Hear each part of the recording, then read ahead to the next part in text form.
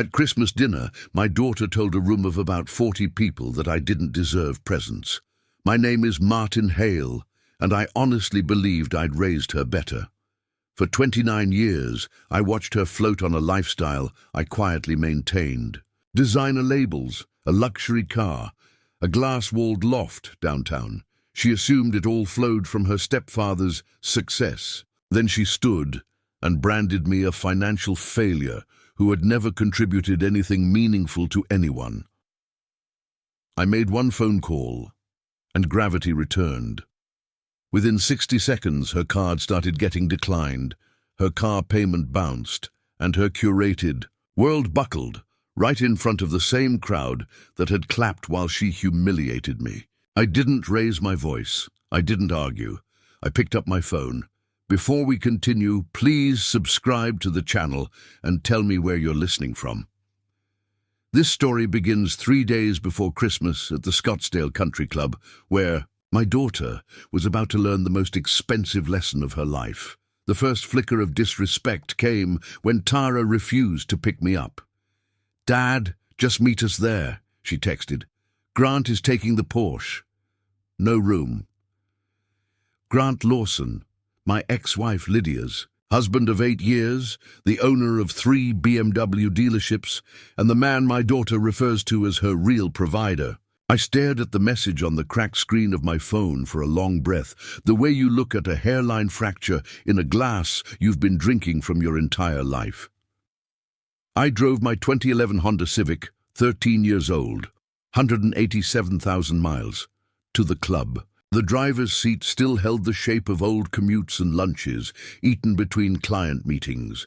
The fabric was clean, worn, honest. The valet took the keys like he was holding a confession. He pressed the ticket into my hand without eye contact. The professional pity of someone trained to treat a Civic the way he treats a Bentley. The same white smile, the same sir. But his knuckles tightened around the key, the smallest tell. Inside, the annual Christmas party was in full spin, chandeliers shattering light across marble, a Fraser fir rising 18 feet high and dripping ornaments like coins, glass nets catching radiance from every direction. A staffed bar lined with stemware reflected the color of money. The laughter had a varnished sound, like wood that's been polished every day for years. I know the tree cost $12,000 because I heard Grant tell the Whitaker family, a grin tucked into his voice like a signature. He explained the imported glass, the artisan who flew in from Aspen, the shipment that arrived with its own insurance policy. It's a particular skill to make a price tag sound like a personality trait. At our table, Tara sat between Lydia and Grant in a $2,800 Chanel dress. She'd posted it to Instagram 3 hours earlier. Blessed life, shoe, Christmas glam. Thanks, Grant. The thanks was public. The truth was not. "Hi, Dad," she murmured without looking up from her phone. Her thumb flicked with muscle memory, a pianist who rehearsed in mirrors and curated rooms. The second signal arrived with Grant's toast. He rose with practiced ease, raising a crystal flute that caught the chandelier light and kept it. "Lydia and I are incredibly proud of Tara's success," he said.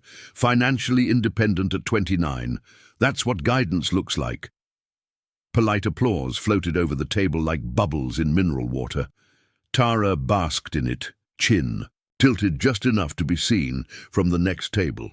"Of course," he continued, "smart investing helps. The trust her maternal grandfather set up has performed beautifully. We've taught her to be prudent with money." More applause. He sat, proprietary hand resting on the back of Tara's chair, the way a dealership owner rests a hand on a hood. I said nothing. Across the table, Marjorie Ellison lifted one eyebrow, a movement as small and sharp as a scalpel. She had known my grandmother personally. Evelyn Hale wrote checks, yes, but more importantly, she wrote clauses. Marjorie knew exactly who had left, money to whom, and under what terms. "Martin, you're quiet," Lydia said, turning her bracelet the way people do when they need somewhere to put their hands. "How's the search going?" She meant the job search. 7 months since my accounting firm let me go after a merger that treated seniority like a line item. 7 months of interviews, 7 months of "we were incredibly impressed with your background." 7 months of overqualified, spoken with a smile that softened the insult into a gift bag. At 52, you can be both overqualified and not current. It's a neat trick. Still looking, I said. Grant gave me the smile people reserve for charity brochures. Maybe it's time to think pragmatic, Martin, he said. Bookkeeping for smaller firms, less flashy but steady. He delivered steady like an award. Tara nodded lightly. My daughter, whom I had quietly financed from freshman orientation to MBA hooding to every month of adulthood. The loft that cost $4,200 a month, the 89,000 BMW M340i, the designer everything, 2 Europe trips a year, the public bulletins about self-made resilience and financial independence, the captions that thanked discipline and mentorship, never mercy. None of them knew. For 127 consecutive months on the 15th, $12,000 moved from an account I controlled to accounts she used. Tuition, grad school, rent, car, cards, insurance, groceries, vacations, shopping sprees. $3.2 million across 10.5 years. All invisible to her, all anonymous.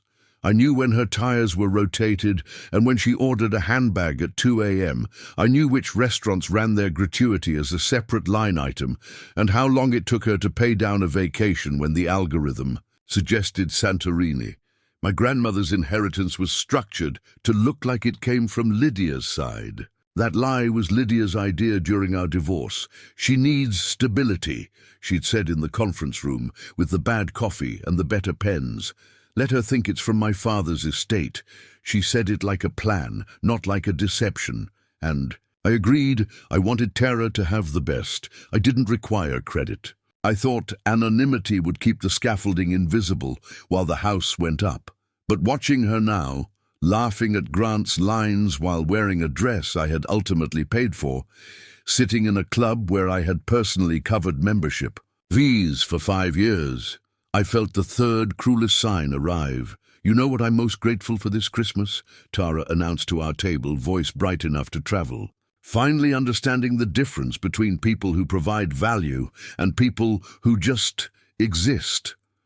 She looked right at me. Some people build wealth, create opportunity, take responsibility. Some people drift. That's wisdom. Grant said, proud, like a coach hearing his playbook recited back to him. I excused myself to the restroom. A man in a $45 Target shirt faced me in the mirror and asked, "Do you keep enabling the fantasy, or do you ask for the respect you never demanded?" The fluorescent light was merciless. The air smelled like citrus and metal. I washed my hands too, long, and counted to 12 on my fingers. The same way I count every 15th of the month when wires leave quiet accounts and arrive in loud lives. When I returned, Marjorie was still watching me like you watch a safe that hasn't been opened. In years, she remembered Evelyn's funeral. She remembered who inherited what. But Tara wasn't finished. Silence, I realized, had a bill. First, reputation. In a place like Scottsdale, reputation is tender currency. These people traffic in introductions, contracts, board seats. Tonight's story would attach to me like a sticker, the father who contributed nothing. The sticker would peel, but the residue would remain. Second, Tara herself, 29 and never made to count the cost of anything. She believed her life had been spun out of her discipline and Grant's mentorship. She had no idea her life was alone against my quiet ledger. Without correction, she would drift there forever, and the drift would harden into a map. The tipping point arrived in a navy blazer.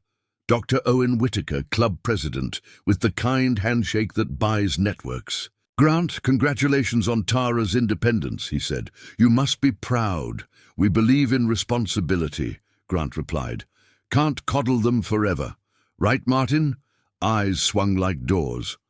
Martin Hale, Dr. Whitaker, said, offering his hand. What line are you in? Before I could answer, Tara cut in sweetly. Dad's between jobs. Has been for a while. Different priorities, I guess. The handshake lost its grip. Lydia leaned forward.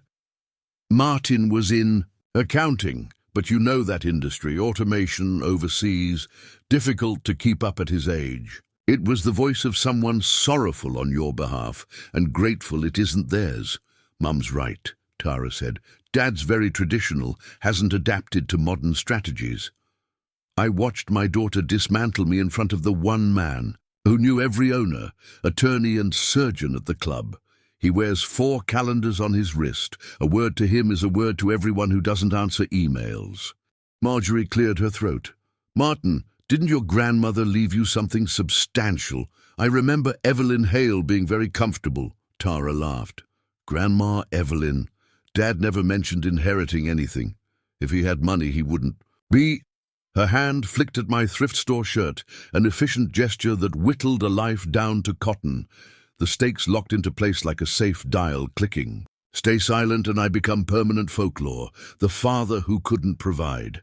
Tara keeps floating on a lie. Grant keeps collecting credit for fruit he didn't plant. Lydia's deception keeps serving everyone except the truth. Speak, and I collapse a world my daughter thinks she built herself. The thing about inherited wealth, Marjorie said softly, is how it shapes character. Evelyn was very intentional with her estate. She didn't tilt her head toward me, but I felt the invitation anyway, a door opening with oiled hinges. Grant kept peacocking. Tara's trust is up 38% over 5 years, he said. Smart investing, careful management. He lifted his glass and took a slow sip, the way people do when they want to be looked at. He had no idea the performance he bragged about came from my night's rebalancing, reading prospectuses under a lamp with a tar-stained shade, weighing risk until the numbers turned honest. There was no family office. There was me, a spreadsheet, 3 risk models I'd written myself, and a private wealth firm that mailed statements to Lydia to preserve a myth. Who's your fund manager? Dr. Whitaker asked, all curiosity and veneers. Private office, Grant said smoothly. Very exclusive. He said it like a password, fiction from treetop to roots. I'm probably the only person my age who's debt-free and actually building wealth, Tara added. Debt-free, because I paid her cards in full. Building wealth, with money I supplied. Responsibility, allegedly taught by a man who had never touched $1 in her accounts. What's next for you, Martin? Dr. Whitaker asked kindly. A small softening in his eyes, as if he'd remembered Charity Week. Before I could speak, Tara answered again. Dad's more of a dreamer than a doer, always talking about what he could accomplish. Some people just aren't built for success. Lydia nodded as if a truth had finally been aired. Practical decisions weren't his strong suit. Something in me steadied, keep underwriting a lie and lose my daughter to it. Or draw a boundary and honor what my grandmother asked me to teach. I brushed the leather portfolio in my jacket. It was the weight of a decision and the memory of one. My grandmother signing with hands that shook only because she was 87, not because she was unsure. Tara smiled wider, turning her voice up for neighboring tables. People think success just happens in good families, she said. But it's about having the right guidance. She gestured to Grant. Some people create value, others, her eyes landed on me, drift and expect to be carried. The Pattersons at the next table turned fully.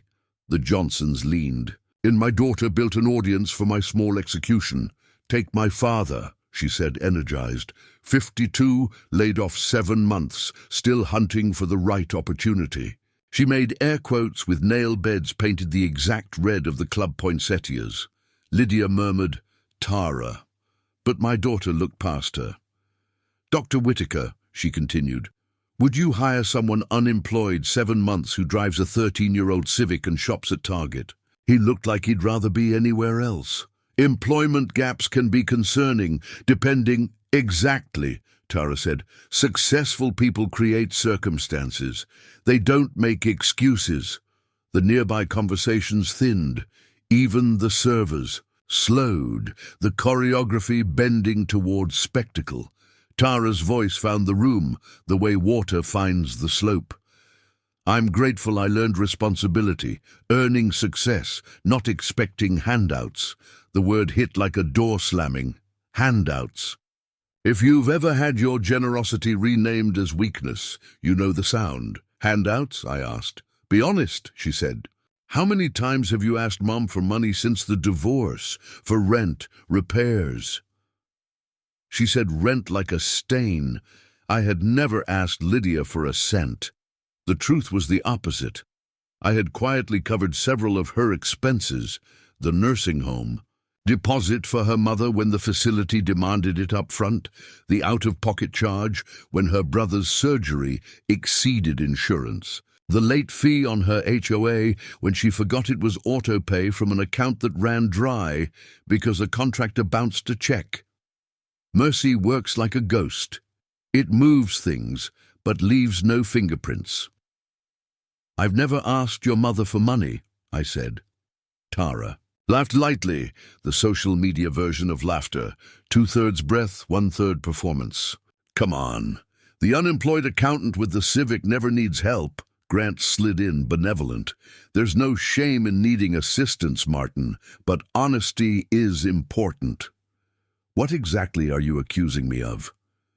My tone changed enough that Marjorie sat up straighter. You can spend your life being calm and still be allowed a spine. I'm not accusing, just stating facts, Tara replied. You're broke. You've been broke. Mom and Grant have helped. You sit here and act like you deserve equal respect. How did you help exactly? I asked. Oh, don't make me list it, she said, warming to the performance. Christmas, birthdays, emergency loans that never get repaid, none of it true. Every Christmas gift since 18 had been purchased with trust money I directed, tagged so the retailer would treat it like any other card. The point of a net is that you can't see it unless the light hits just right. When, I asked, did you loan me money, Tara? Indirectly, Dad. Through Mom, through Grant. When you can't make rent, I owned the building I lived in. My rent was property income and depreciation schedules and the gentle click of a mailbox slot on the first of the month. And where, I said, does Grant get the money he supposedly loans me? Grant's jaw worked. I wouldn't call them loans. Then what would you call them? I asked. Tara waved the details away like gnats. The point is, some people produce wealth and some people consume it. Some people create value and some people drain it. And which am I asked. Do you really want me to answer that here? She said, thrilled by the attention, the oxygen of being watched. Marjorie leaned forward. I'd like to hear, she said, calm as a ledger. Tara brightened. Fine. You've never contributed anything meaningful to anyone's life. Not Mom's, not mine, not anyone's at this table. You're a 52-year-old failed accountant in a crummy apartment with a beater car and discount clothes. No investments, no savings, nothing worth mentioning. She raised her chin. Meanwhile, I built a successful life with smart decisions. I own my condo, drive a luxury car, travel internationally, and I never ask for help because I learned financial responsibility from people who understand money. A small scatter of applause dotted the room, enough to be heard, not enough to be respectable. If you've ever been clapped for by strangers who believe a lie about you, you know the exact volume. So yes, she concluded, you consume. You value, I generate it, you drain, I produce. You're exactly the sort who thinks the world owes you for existing. Are you finished? I asked. I'm just being honest, she said. Someone needs to be. You're right, I said, settling the leather portfolio on the linen. Someone does. Marjorie's eyes widened.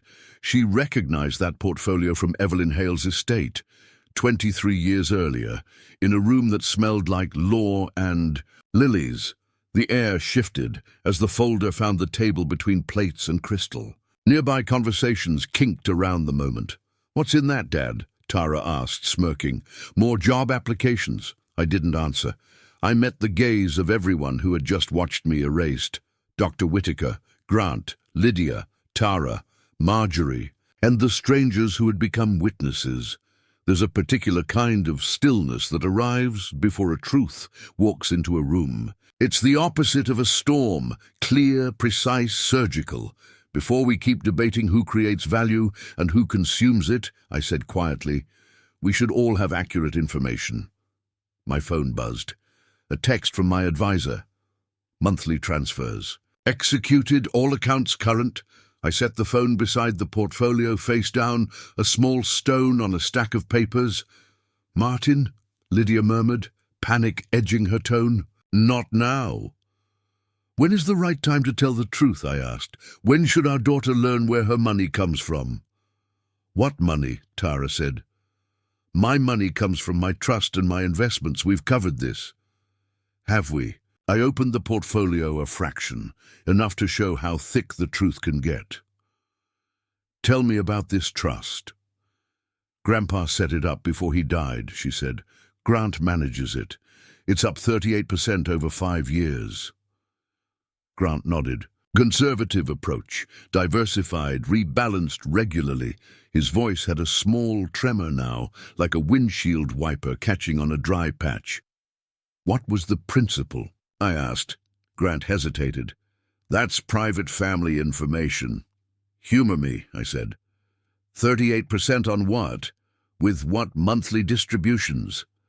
Silence landed like a stone in a bowl. "Martin, this isn't appropriate." Lydia whispered. "Isn't it?" I asked.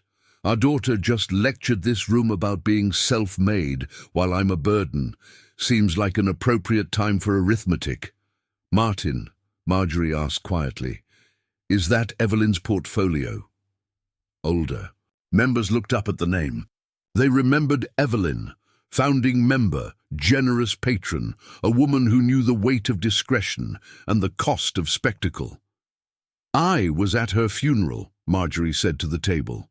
"I remember provisions for future generations." "What does his grandmother have to do with my trust?" Tara demanded. I opened my banking app and kept the numbers angled away. "Nothing," I said, "unless someone wants to verify the 38% claim." Grant dabbed his forehead with a linen napkin that suddenly seemed less absorbent. "I don't carry figures in my head." "Of course you don't," I said. "You've never actually seen the statements." "What are you implying?" Tara snapped. My phone rang. First National Private Wealth Management. I didn't let it ring a second time. "Excuse me," I said, stepping half a pace to the side. Still within earshot. I wanted proximity to be an education. "This is Martin Hale. Yes, tomorrow is the 15th. The usual 12,000. Both living expenses and credit cards. Good. Car note cleared. Health and auto insurance. Same beneficiary, Tara Hale. And the rebalancing, yes, the $3.2 million principal is performing well. I'll review the quarterly statements tomorrow." I ended the call. The table had gone still the way a lake goes. Still when wind decides to stop. "Who was that?" Tara asked, the color draining beneath her makeup.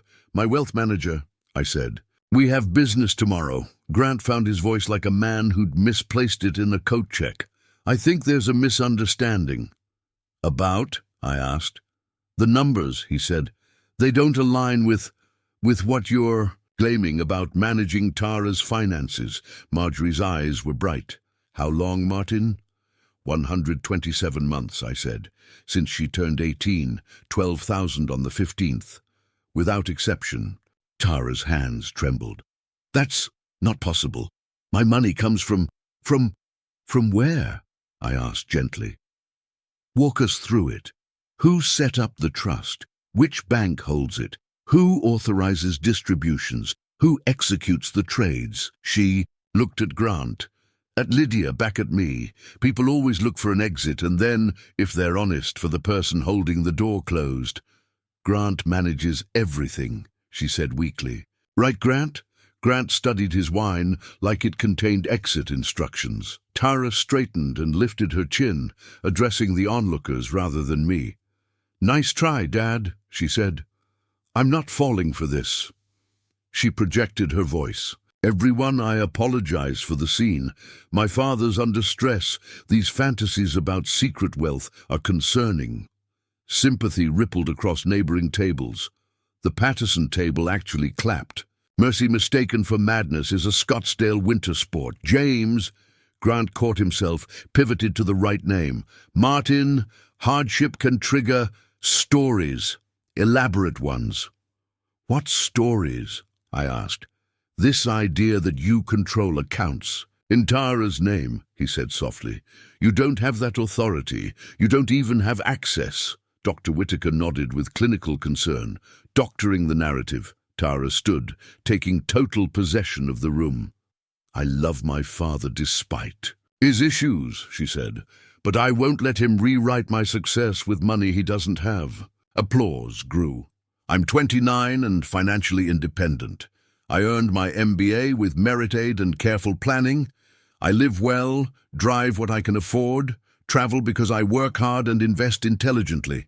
My stepfather mentors me, my mother guides me. My father," she looked down at me with manufactured pity, "has contributed problems and, apparently, delusions." The room was wrapped. Servers stilled, carrying plates like offerings that might break. "So I want to be clear," she said. "I'm cutting off contact with my father effective immediately.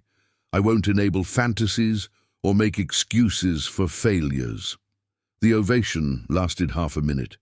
She sat, flushed with victory, eyes shining with the strange power of being cheered, while wrong. "Now," she said, breathy and triumphant, "maybe we can enjoy dinner without more episodes." Conversations resumed in careful, brittle bursts. Tara had won. Except Marjorie's hands were flat on the table, and she wasn't clapping. "Tara," she said evenly, "before you cut your father out, shouldn't you at least look at what's in that folder?" "With respect, Mrs. Ellison," Tara said, "I'm not fueling delusions." "It isn't about delusion," Marjorie replied. "It's about making permanent decisions with complete information." "This is a family matter," Grant interjected. "Smile trimmed to fit crisis, is it?" she asked. "If Martin has actually been managing a trust that supports Tara, then everything you've just said changes." "Impossible," Lydia said. "The trust was set up by my father's estate." "Was it?" Marjorie asked softly. "I heard Evelyn's will. There were very specific provisions about discretionary distributions to descendants." The table returned to silence like a habit. People forget that silence isn't neutral. It leans toward whoever last spoke with confidence. "Martin," she said, "your grandmother left instructions. Teach responsibility, teach gratitude. Ensure wealth builds character rather than eroding it." I nodded. "And she left you discretion about how to deliver those lessons." I nodded again. Tara's confidence cracked. "What are you saying?" "I'm saying," Marjorie told her, "that for 10 years your father has made a choice, whether to let you learn slowly or all at once. After what I heard tonight, he may decide you're ready for the advanced course." The portfolio lay between us, old leather absorbing the chandelier glitter. For the first time all night, my daughter looked truly frightened. Fright is what happens when a story brushes up against its author. "Dad," she whispered, "what's in the folder?" "The truth," I said, and opened it. The first page was a certified copy of Evelyn Hale's will. I placed it where the letterhead and embossed seal caught the light. Marjorie slid her reading glasses down the bridge of her nose in a motion so precise it could slice.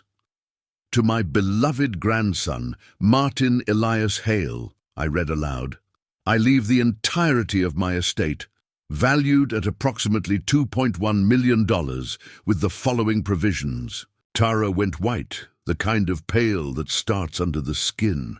Said inheritance shall be managed at the sole discretion of Martin Elias Hale, with special attention to teaching fiscal responsibility and gratitude to future generations of the Hale family. He may distribute anonymously to his children when such distributions build character rather than destroy it. He may modify, reduce, or eliminate such distributions based on the recipient's demonstration of gratitude, responsibility, and moral character. Grant's forehead shone. Lydia's mouth opened and closed once, twice. No sound came out. If you've ever watched a lie try to breathe without oxygen, you know that motion. Grandma Evelyn left you $2 million, Tara whispered. 2.1, I said. 23 years ago. It's grown. I laid down a current statement from First National. Current value, $8.3 million. Gasps slid around us like wind through crystal, of which $3.2 million was designated the Tara Hale Discretionary Fund in January of 2016, your 18th birthday. I set out 12 months of bank statements.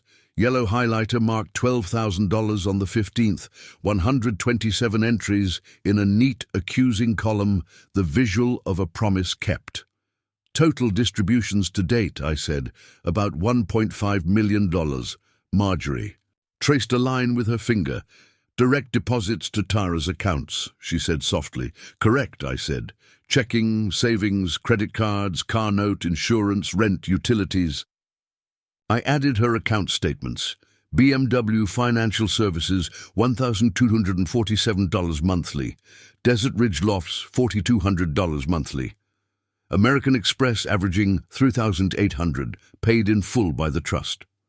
I didn't add the receipts for the trips, the handbags, the dinners whose menu descriptions were longer than their portions. No need. The math was already a biography. This can't be, Tara whispered. Grant manages my investments. Does he? I opened another folder. Grant, would you like to compare your performance reports with the actual statements showing you've never had access to any account in Tara's name? Grant said nothing. Numbers end some conversations that words only complicate. Or, explain 38% returns on money you've never managed. Lydia found her voice. Martin, why keep this secret? Because Evelyn was explicit, I said, keeping my eyes on Tara. This money was meant to teach responsibility, not inflate entitlement. The anonymity was supposed to be temporary until you showed gratitude and work ethic. After tonight, it's clear the anonymity taught the opposite. It taught that gifts are oxygen and givers are furniture. Marjorie nodded once. So what happens now? I looked at my daughter, the girl who had just erased me in public while living on the funds I had guarded. At Grant, basking in credit. He hadn't earned. At Lydia, who had kept the lie oxygenated. I opened my phone. Evelyn had given me full discretion. Discretion, as it turns out, is a close cousin of accountability. Tara's voice was small. Dad, what are you doing? Teaching the lesson you missed, I said, and pressed the after-hours number already waiting in my recent calls. Emergency services, Patricia speaking. The voice was calm, a parachute opening. I switched to speaker and set the phone beside the documents. This is Martin Hale, trustee for the Hale Family Trust, account ending 4829. Good evening, Mr. Hale. How can I assist? I need an immediate freeze on all discretionary distributions from the Tara Hale sub-account. Effective now. Certainly. Security questions? My grandmother's maiden name, Rowan. Original. Trust date, March 2001. Current principal, $8,324,700. I could have said it backward and in my sleep. Thank you, Mr. Hale. Her keyboard clicked through the quiet. I see the Tara sub-account with automatic $12,000 distribution scheduled for the 15th. Freeze all. All, I said. Cancel every recurring authorization attached to that sub-account. There was a tiny sound beside me, like a teacup set down too hard. Tara's hands were shaking. I see BMW Financial Services $1,240 monthly, Patricia read. Desert Ridge Properties $4,200 monthly, American Express Variable monthly, State, Farm 347 monthly, cancel all? All, I said. This is substantial, Patricia said. Are you certain? I am. Executing now, she said. Distributions frozen. Authorizations revoked. The beneficiary will receive text and email notices within 60 seconds. Vibration hummed against the linen. Tara stared at her phone as if it were reporting a natural disaster. Monthly distribution cancelled. BMW payment declined. Rent declined. American Express declined. Insurance declined. Utilities scheduled for tomorrow declined. The words piled up like snow on a windshield. Grant took the phone, scanned, went grey. One more notation, I said. Distributions are suspended pending a review of the beneficiary's character and gratitude as stipulated in the original trust. Noted, Patricia said. Anything further? Yes. Please mail the last 12 months of statements to Dr. Owen Whitaker's office here at the club. The beneficiary has been presenting these funds as personal success. Our mutual friends deserve accurate information. Dr. Whitaker's eyebrows climbed. Then he nodded, composed. We'll expect them, he said. Understood, Patricia replied. Statements will be sent tomorrow. Good evening, Mr. Hale. Thank you. I ended the call. Silence folded over the dining room. Tara's phone kept vibrating, a metronome counting down the old life. Dad, she said finally, voice shredded. You can't do this. Can't I? I slid one more page across the linen, the clause granting the trustee sole and absolute discretion to determine whether, when, and how much to distribute based on the beneficiary's character, gratitude, and moral development. Her lips moved. As she read, beside her Marjorie read the next paragraph aloud, the one my grandmother had insisted on word for word. Should a beneficiary demonstrating gratitude, entitlement, or disrespect toward the source of their benefits, the trustee may immediately and permanently suspend all distributions without notice or recourse. She paused, then lifted her chin to the final line. And the restoration clause, she added softly. Should a beneficiary show genuine remorse, accept responsibility, and demonstrate gratitude, the trustee may, at his sole discretion, consider reinstatement under such terms as he deems appropriate. Grant reach for diplomacy like a life preserver. Martin, surely we can arrange something sensible. Sensible? I asked. Sensible like sitting quietly while my daughter dismantles me in public using money I provided? Sensible like letting you claim credit for returns you never earned? Sensible like 10 years of lies? Tara's phone buzzed again. Amex payment authorization failed. State Farm policy cancellation notice. Utilities scheduled payment declined. In the near distance I heard silver meet porcelain and stop, a sound with edges. I didn't have to raise my voice. Your BMW will be repossessed the minute the lender processes this. Your rent didn't clear. Your landlord will demand immediate payment plus next month in advance. Amex will close your account and call the balance due. Mascara streaked downward, a gravity she couldn't outsmile. You can pose against the light all you want. Gravity still knows your name.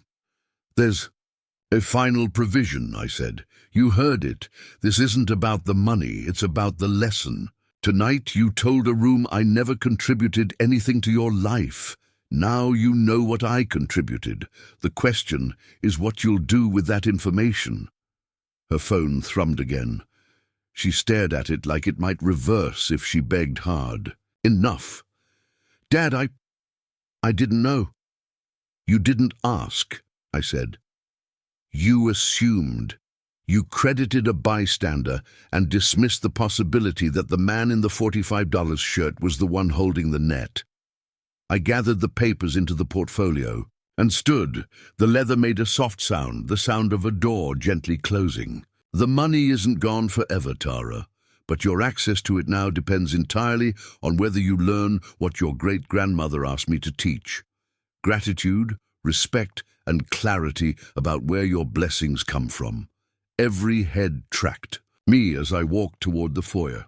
Behind me, her phone went on buzzing, every decline like a small bell rung for a life that had been fiction. The marble under my shoes felt cool and exact. Out in the circular drive, the valet jogged for a Porsche that wasn't mine, and then, slightly out of breath, for a Civic that was. He handed me the keys with the same "sir," but this time he met my eyes. He didn't know why. He only knew he should. I slid into the driver's seat and sat for a beat, hands on the wheel as if the car might tell me what to do next. It didn't have to. The next part would write itself, because the numbers had finally been allowed to speak. That was the night Tara learned the difference between funding and love, between a caption and a clause, between applause and character. And that was the night I remembered the promise I made to a woman with steady hands and a stubborn heart. To use her money not to build a pedestal, but to teach a lesson that would outlast us both. I hadn't reached the parking lot before my phone started vibrating like a trapped insect. First came Olivia, then Laura, then Richard. By the time I sat in my Civic, 17 missed calls glowed across the cracked screen. Through the floor-to-ceiling windows of the club, I could still see them. My daughter standing frantic, gesturing at waiters, Richard on his phone pretending to fix something, Laura with her head in her hands. I drove home in silence. The radio stayed off. The only sound was the soft hum of the heater fighting December desert chill. I parked under the flickering streetlight outside my apartment, the same building people like Richard would call modest, but that I quietly owned, and let the stillness settle. Inside, the air smelled faintly of cedar polish and solitude. I poured 2 fingers of Glenfiddich, sat in the worn leather chair by the window, and stared at the phone lighting up again.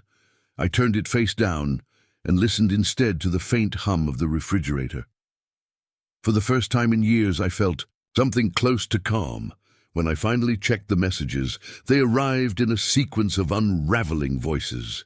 "Dad, please call me back. This is insane. Just fix it. Daniel, this isn't the way. She's your daughter. Dan, let's talk man to man. We can handle this quietly." My card got declined at the grocery store. Everyone was staring. Please.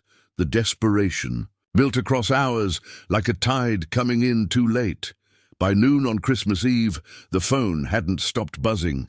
Then came a call I didn't expect. Beatrice Langford. Her voice carried the kind of amused disbelief that only old money can deliver. "Daniel, the entire club is talking about last night. Half think you're a secret millionaire, half think you've lost your mind. Either way, you're the most interesting man in Scottsdale." 2 hours later, Dr. Evan Whitaker called. "I've reviewed those statements you mentioned. Quite illuminating. I believe the finance committee could use someone with your integrity. Would you consider joining?" I almost laughed. Reputation, it seemed, had come full circle. At 6, my wealth advisor rang. "Mr. Mercer, just so you know, 3 different parties tried to access the Olivia Mercer account this morning. Ms. Bennett, Mr. Cole, and Ms. Mercer herself. We informed them you're the sole trustee with discretionary control." "Thank you, Patricia," I said. "That's exactly the phrase I needed to hear today." Christmas morning dawned pale and quiet. Scottsdale looked airbrushed, the kind of calm that follows a storm everyone's still talking about. At 6:47 a.m., the first call came. "Dad, they took the BMW. They said the payment bounced and the account was closed. I'm stranded. Please answer." An hour later, Laura called. "She's here at the house, hysterical. You've made your point. Can we please work something out?" Then Richard, "Daniel, this has gone too far. She's learned her lesson. Let's discuss terms for reinstating the payments." By mid-afternoon, Dr. Whitaker again. "Daniel, I've been thinking about your background. The board could use that kind of rigor. Expect an invitation after the holidays." In 72 hours, I had transformed from unemployed accountant to discreet financier who taught his daughter a moral masterclass. Scottsdale society loves a redemption story, especially one that doubles as gossip. Olivia's own story, however, was crumbling faster than any rumor mill could spin. On December 27th, her landlord demanded immediate payment of December rent plus January in advance, citing failed automatic transfer. Her insurance carrier cancelled her policy. American Express closed her account and demanded the entire $11,247 balance within 10 days. The BMW dealership confirmed repossession and invoiced her for a remaining $34,000 deficiency. But money trouble was only the first domino. Social collapse followed close behind. By December 28th, the Christmas party incident had leaked in full color. Spoiled daughter mocks father at country club. Father reveals decade-long secret trust. Daughter loses everything in 60 seconds. Her Instagram went from envy bait to cautionary tale overnight. Hey, dealerships are struggling. That detail pricked my ear. I made a note. She keeps rereading the bank statements, Laura went on. The $12,000 every month for 10 years. She calculated it, $1.5 million.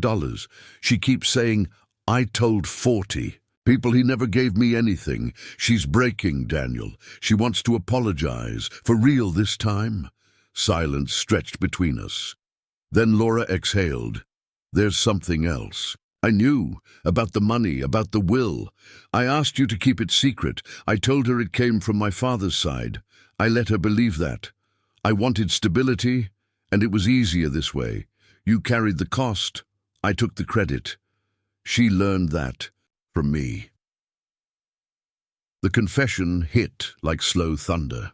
For 10 years I'd watched Laura curate comfort while I quietly funded it and never corrected the record. The truth was heavy, but it made sense. Olivia hadn't invented entitlement. She'd inherited the template. 3 weeks later, on a grey Friday morning, a hesitant knock came at my door. When I opened it, Olivia stood there in jeans and a thrift store cardigan, a manila folder clutched to her chest.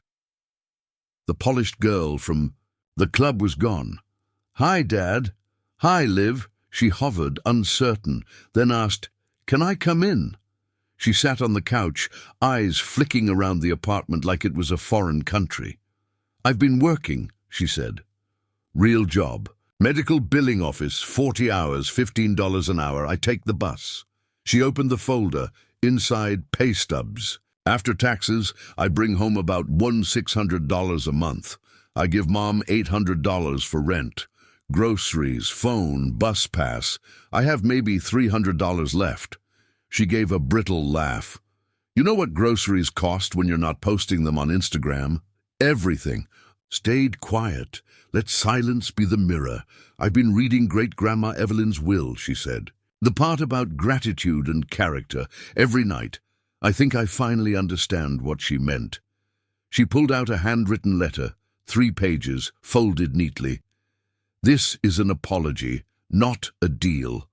She started crying halfway through the first sentence. I didn't just humiliate you, I believed my own lies. I thought success was proof of intelligence, not inheritance. You gave me everything, and I called it luck. You gave me grace, and I repaid you with arrogance. Her hands trembled. The money was never mine. It was your choice, and I treated your generosity like an entitlement. I took the letter but didn't read it yet. What happens now? I asked quietly. I keep working, she said. I learn what things actually cost. I save. I remember that every good thing I had came from your sacrifice, not my genius. She stood, hesitated. If you leave the trust frozen forever, I'll understand. I finally learned what it was supposed to teach me. She turned toward the door.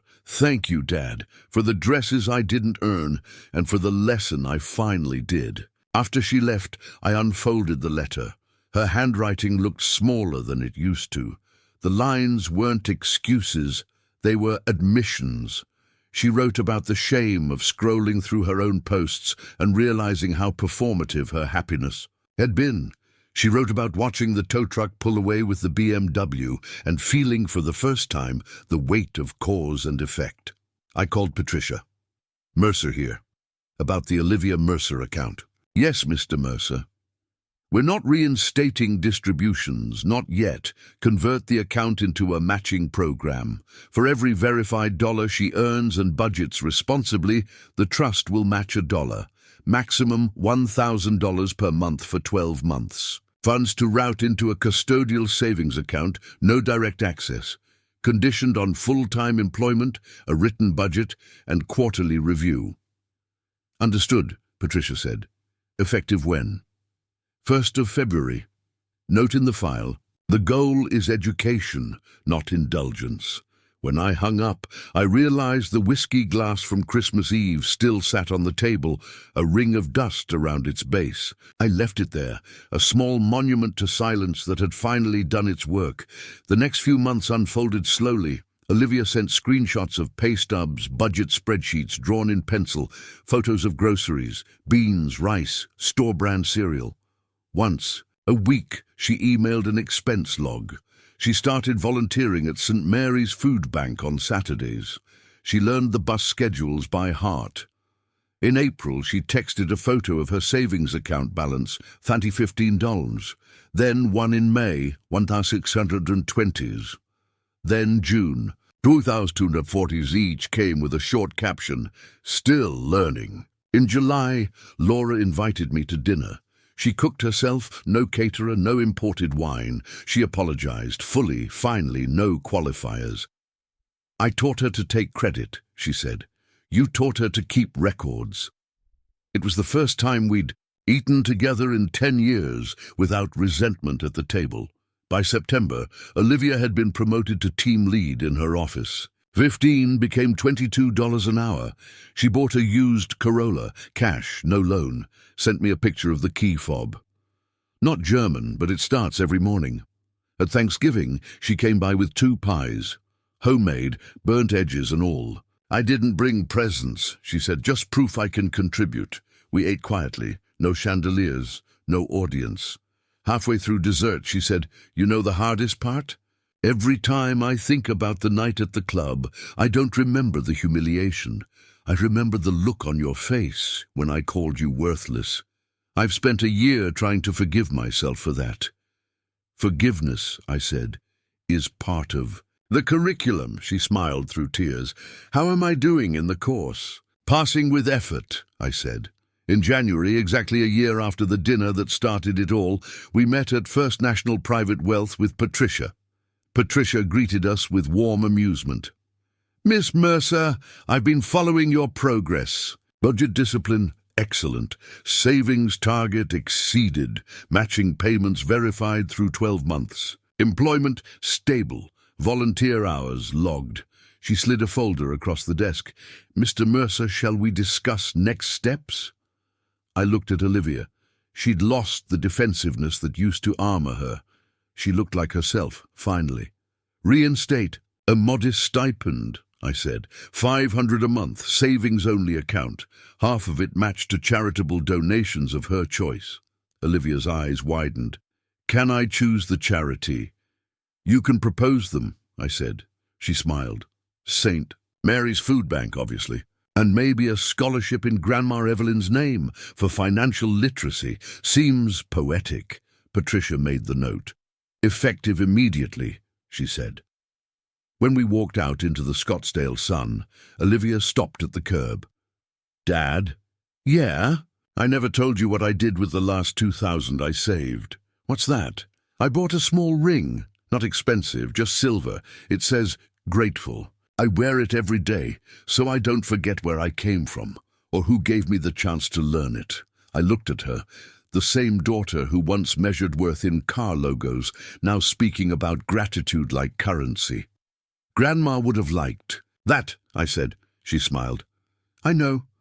We walked toward the parking lot. She unlocked the Corolla, the door creaking faintly. Want a ride, old man? She teased. I laughed. Only if the heater works. It did. We drove through downtown, past the restaurants where she used to pose for pictures, past the boutiques where her name had been on every VIP list. Now she... Pointed out the library branch, where she borrowed budgeting books, and the diner, where she ate pancakes after her volunteer shift. Different landmarks now, I said. Better ones, she answered. At a red light, she looked over. Do you think Grandma knew it would take something like that night to fix me? I think she knew money only teaches when it stops hiding the truth, I said. She nodded. Then I guess we both passed the test. When she dropped me off, the sun was dipping behind the McDowell Mountains, throwing long gold light across the street. I watched her drive away, the Corolla sputtering slightly but steady, honest. I went inside, sat in the same leather chair, and unfolded her old apology letter one more time. The ink had faded a bit, but the last line still hit like a benediction. Thank you for giving me the life I didn't earn and the lesson I couldn't buy. I smiled and placed it back in the portfolio beside the trust papers, closing the clasp. Sometimes, the hardest wealth to manage isn't money, it's mercy. And sometimes the only way to teach gratitude is to stop disguising grace as obligation. That Christmas, I didn't just save my inheritance, I saved my daughter, because in the end, love isn't proven by what you keep giving. It's proven by when you finally stop.